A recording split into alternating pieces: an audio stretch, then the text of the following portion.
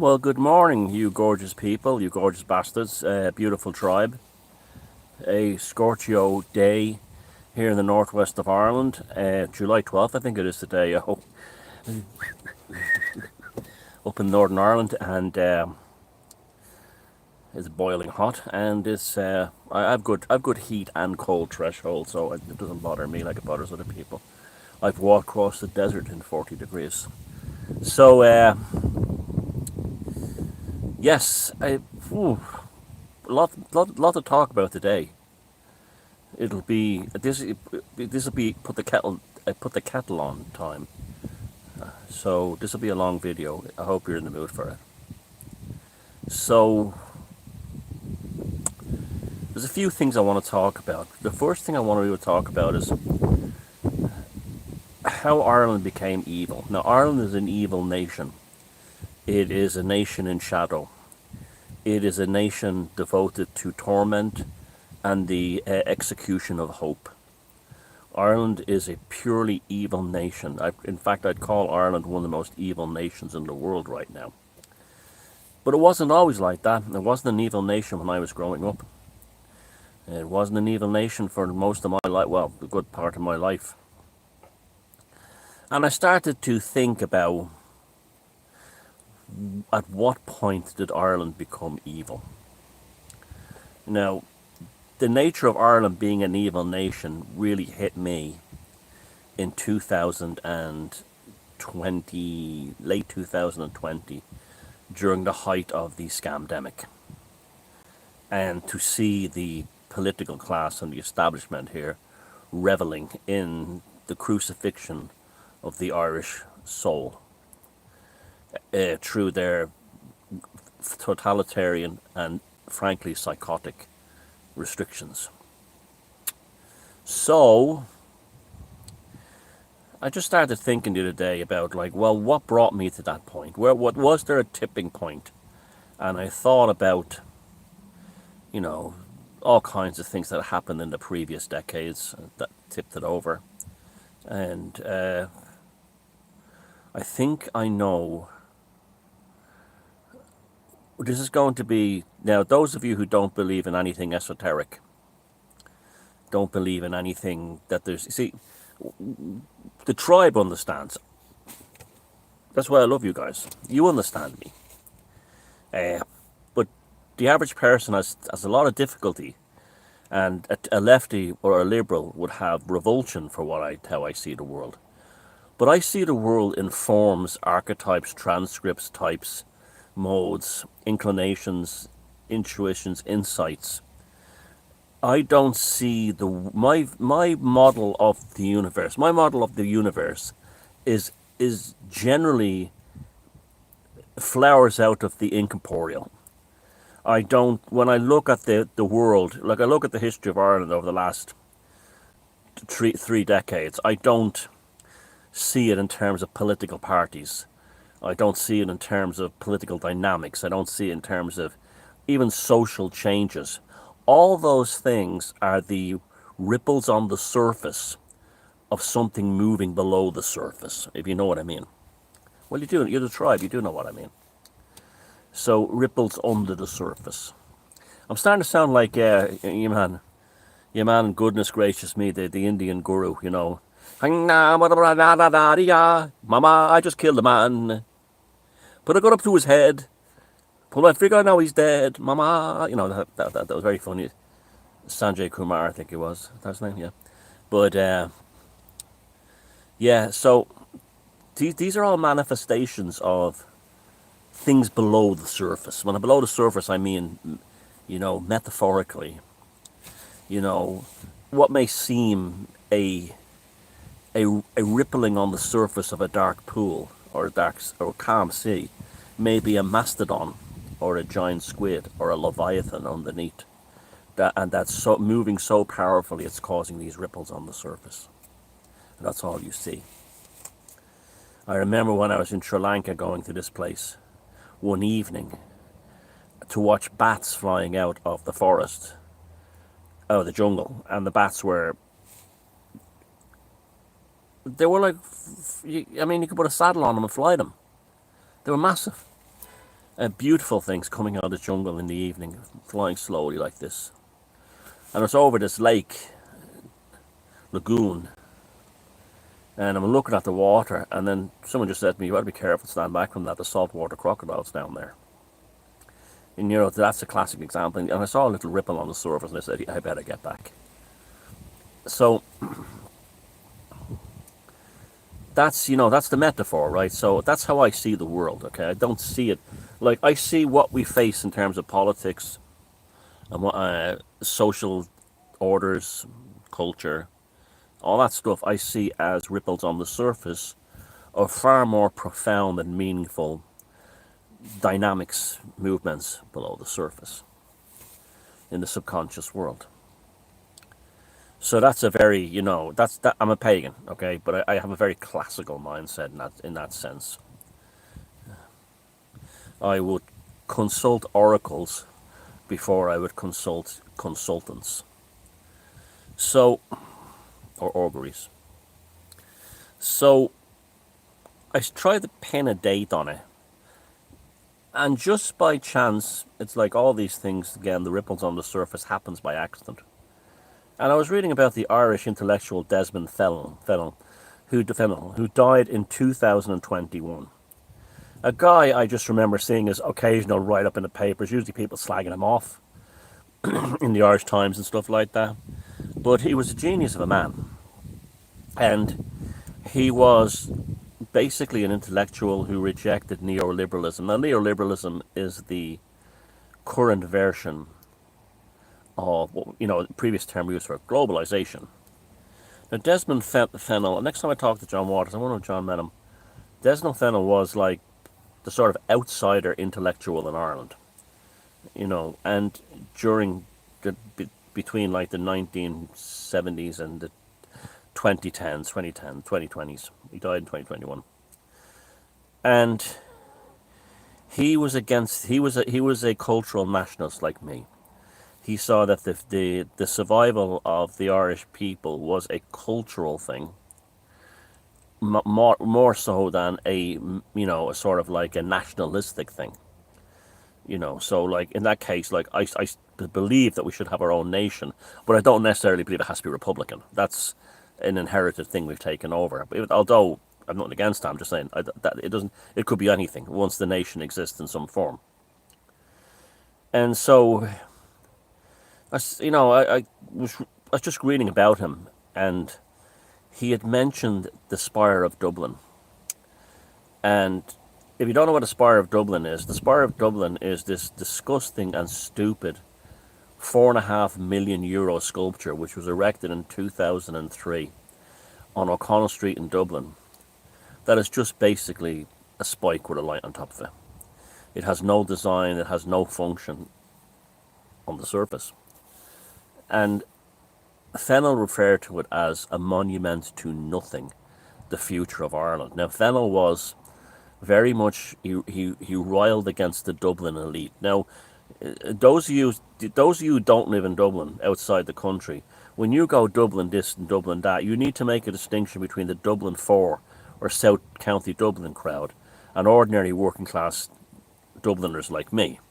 We're not like them. In fact, I can tell you for a fact, growing up in the Ballymount Flats, we are the first ones to suffer their experiments upon the Irish people because we're the nearest ones they can attack. So show a bit of kindness towards the working class Dubs. You will never meet a working class Dub who hates other Irish people. They're very patriotic and they love this country. And they would never say a bad word about... You get the middle class who will say things about the rustics and all this stuff and, cultures and stuff. You'll never get a working class person. They'll tell you, oh, I love Kerry, I love Cork, I love Limerick, I love Waterford. They'll tell you that. And they see themselves in totality. So remember that the next time you're having a go at Dublin, be distinctive about it. Show it's Dublin 4, South County Dublin elite, not the ordinary working class Dubs, okay? So, and he said they were destroying Ireland for their neoliberal fantasy, and that's absolutely true. And then I started to think, that's interesting what he said about the Spire. And I think that's what caused the end of Ireland. as a proper, no, so I wouldn't say that, the fall into shadow. That fucking thing is the eye of Sauron of our country. I saw it being, I was working in Dublin at the time, and I saw it going up, and it looked, it was like the industrial cranes putting it up. It was so cold and empty. And that's when it was put up, I said, well, it has nice things. There's some nice sort of like designs on the bottom. But ultimately, it just looks like a pole. It has no function. Now, this is where we get tribal, and it drives the normies crazy. Before that, there used to be a thing called Nelson's Pillar. I don't have any memory of it. It was blown up like when I was a baby by the IRA. And it was a very attractive, it was just like Nelson's column in London. It was one of that with Lord Admiral Nelson on the top. And it was a legacy from the British Empire. Now, the IRA blew the whole thing up, and the Irish Army finished off the rest of it. Now, the thing is that they should have kept the column and put a statue of Patrick Pearse on top of it. But for years and years afterwards, there was no column there. There was a little garden and a few other things. And then I think they installed that statue of Anolivia, which was a beautiful statue, public sculpture on the side. I think it was there. And that's now down by Collins Barracks, down along the river somewhere. And when they decided to build this stupid spire thing, well, this evil spire thing, the Eye of Sauron, they dug up the foundations where the original Nelson's column was, and they found a box with a Masonic seal on top of it. And it was all over the media for one day. Wow, look what they found, look what they found, look what they found, because some builder found it. If it had been found by some archaeologist, he would have went like that. Don't let anyone see this. Now, it went to the National Museum of Ireland, and we never heard about it ever again. And then we heard much later on there was nothing inside it. I'll tell you what was inside that. There was a dead baby's body inside that. That's what these Georgian Freemasons did. This is a long tradition going back to the Middle Ages of putting live babies walled up inside buildings to transfer life into them.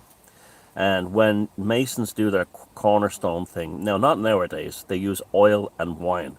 In the past, it was flesh and blood, and they would bury a baby alive. The walls of Bremen in Germany have something like 200, 300 babies were found in it during restorations. It goes back to the Middle Ages. No one's really sure of the origin of burying a live baby inside a building, but this is what anyway the Masons were still doing until the 1700s, 1800s. And that's what would have been in that box, and that's why they said, oh, there's nothing in it. Okay. So as soon as I saw it, I knew what that was all about.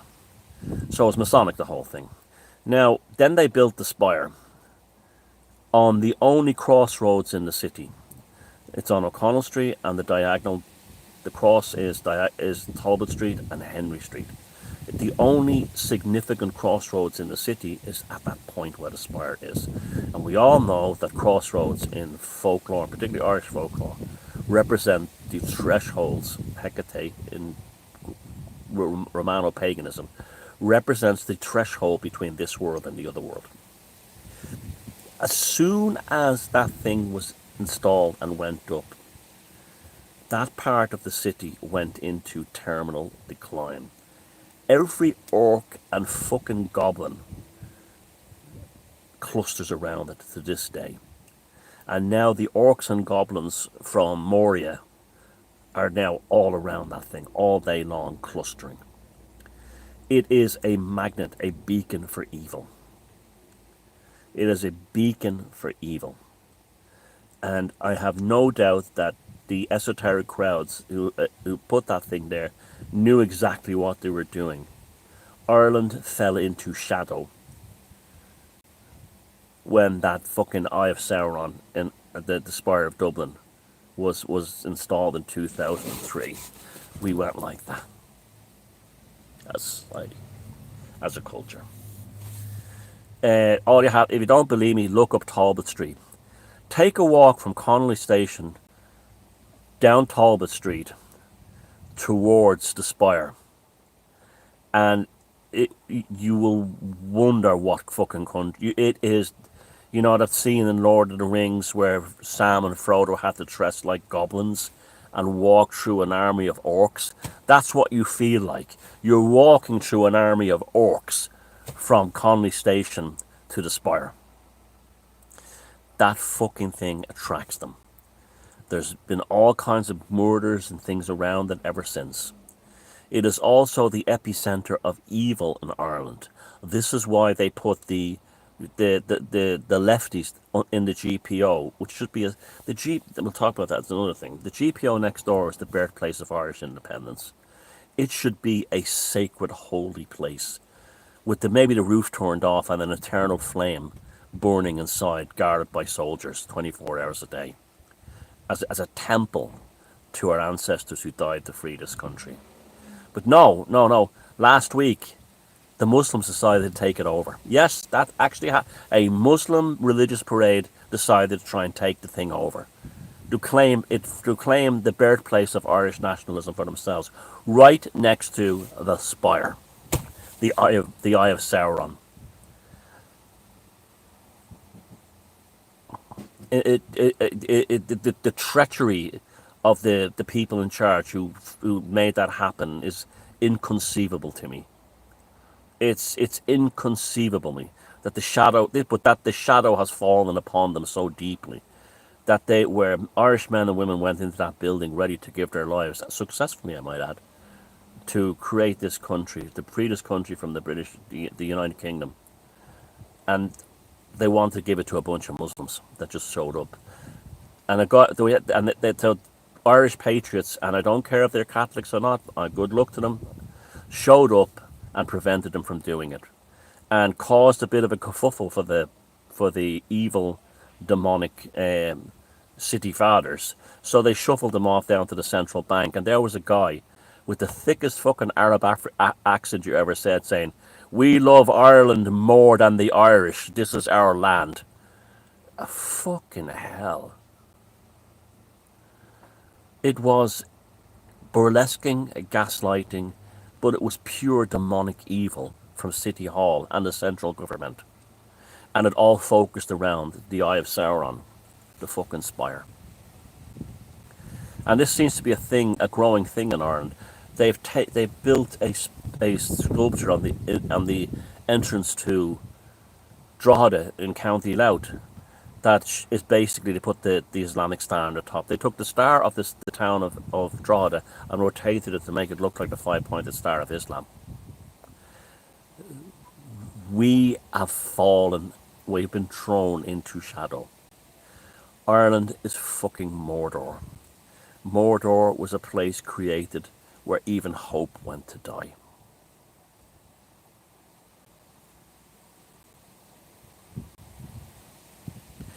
I'm so upset right now. My blood is boiling. Could you imagine Irish people going to Mecca and walking into where the cube is, the Ka, and what it's called, the Kaaba, and saying, "This is us now. We're more Muslim than you Muslim people," and that's what happened in Dublin last week.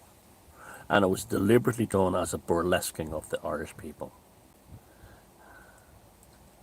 Now, those of you down the country might say, "Well, that doesn't count to me. You know, that's Dublin. I don't live in Dublin." Sorry, mate. Listen, bro. Ireland will always be Dublin-centric. Always. Just like Bavaria will always be Munich-centric. It doesn't mean there's anything wrong. It just depends on who controls it.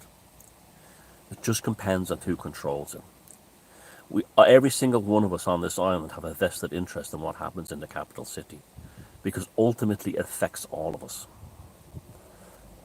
That radiates, that thing stands above the city, radiating the wickedness of the demonic Irish establishment across the land. Dublin North Inner City has been destroyed by it. Tourists look at it and say, "What the fuck is that thing? It's horrible." Of course, like all the lovies and the lefties all think it's wonderful. It's a symbol of the New Ireland. Even as a pagan, I would have preferred a statue of Jesus Christ and the Virgin Mary there over that thing. And that's saying something. So, what's the answer to that? Okay. Aside from another 1966 job and someone blowing it up, we have to follow Desmond Fennell's ideas. No darkness can extinguish a light. Always remember that. Only the destruction of a lamp, like in The Lord of the Rings when Melkor destroyed the two lamps. And it threw, but that led to the Age of Trees in Middle-earth. The Age of Lamps ended when Melkor destroyed the lamps in the north and in the south. But otherwise, like one of the pagan gods that I petition is Lucifer Phosphor, which is the Greco-Roman god of the planet Venus. The reason why is it's a beautiful, beautiful symbolism. The morning and the evening star. The morning and the evening star, they're the comforting moment of transition between reality and states. The morning star is the end of the dark night of the soul. When it's like the star card in the tarot, when you're looking across there and you've gone through a difficult time and there is Venus shining low on the horizon to remind you that it's going to be okay. It'll be all right. Now, as powerful as Venus, Lucifer, Phosphor is, the morning and the evening star, the brightest stars in the sky, when the sun comes up, its brightness doesn't throw the other lights, or Venus and the other heavenly bodies, into darkness. It outshines them. This is why our ancestors, going back to the earliest times, their first god was the sun. Their first god was the sun, Helios. Later, Sol Invictus. Solar worship was the Ka of ancient Egypt was very much rooted in the solar day and night thing, the lacerations of Horus, the resurrection of Seth, the resurrection of Horus, the death of Seth. And this is common with all our ancestors. So what extinguishes a light is not darkness, it's a brighter light. And this is why we in Ireland, in order to remove this country from evil, and that happened when those folks went down to the GPO and stopped the Muslims from trying to take over Ireland in a very symbolic way. They shone their light brighter. They shone their light brighter. And this is what we do. This is why I cannot see a solution in politics, but I can see a solution in culture. I can see a solution in the spiritual identity of our people. And not just Irish people, Europeans as a whole. We all have this to tap into. Even in England, you can tap into the Tolkien mythology, which I call, or even the Grail mysteries. I call the Tolkien mythology the Bible of Europe, which is this. And this is why the EU referred to the EU as being a Talmudic organization, and everybody went crazy and said, "Oh, Talmudic, oh, it's a Jewish type." No, that's what they meant for it. If you've read the Talmud, the Talmud is it's an awful book. It's about this. Well, it's got a lot of interesting stuff in it too, as well, like anything. But it's really a very inhuman book because it regulates every single aspect of your existence. From how you take a shit to how you eat your meals, to how you conduct your life. It is the ultimate book of rules and regulations. Even the Jews rejected it and moved towards the Torah instead, which is a more healthier sort of religious text. Only the Talmud only remained relevant in certain like rabbinical sects as the central tenant. But that's what the EU meant by saying that the EU is built on the Talmud. They meant it's built on absolute and total regulation and bureaucracy. Every single element of your life, just like in the Talmud, will be ruled absolutely by bureaucracy, by a that's so the EU Commission is a secular rabbinical Talmudic entity. Now that's why you cannot fight in that world through politics, because who who creates the rules of the game owns the board, owns the gaming surface, owns the rules. So the thing is for us to shine brighter, and by that I mean to, instead of getting ourselves bogged down in politics, bogged down in run. This is why the Trump thing. I like Trump. Why? Because he made the woke and the lefties tormented. That's where it ended for me. That all I ever wanted to do is watch. When regarding Trump, all I wanted to do is watch anything related to Trump derangement syndrome. As soon as Steve Bannon starts talking about, constitutional politics and all this stuff, and I just completely turn off. I just want the Trump derangement syndrome stuff. So there's a power in that. We have to torment them by shining our light brighter. So going down the like this, and that was what happened outside the GPO, was a perfect example. The Irish people just showed up, and I know most of them are Christians, most of them are Catholics, some of them are Protestants, and they showed up and they said no. They shone their light brighter, and they banished the orcs to the margins, into the safety of the bankers, who are ultimately the dark magicians behind it all. So we have to think in terms of, I think I have the same problems everyone else has, but I think I manage in life and a lot better than most people, because I see the world in these allegorical terms, in these metaphorical terms. I'm not interested in the ripples on the surface.